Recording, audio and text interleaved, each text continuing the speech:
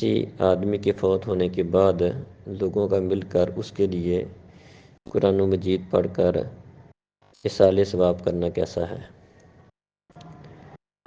صحیح مسلم میں حدیث ہے، نبی کریم صلی اللہ علیہ وسلم نے فرمایا اذا مات الانسان انقطع عنہ عملہ الا من ثلاثۃ الا من صدقۃ جاریۃ او علم ينتفع به او ولد صالح يدعو له، کہ جب انسان فوت ہو جاتا ہے تو اس کے عمل کا سلسلہ منقطع ہو جاتا ہے، جو عمل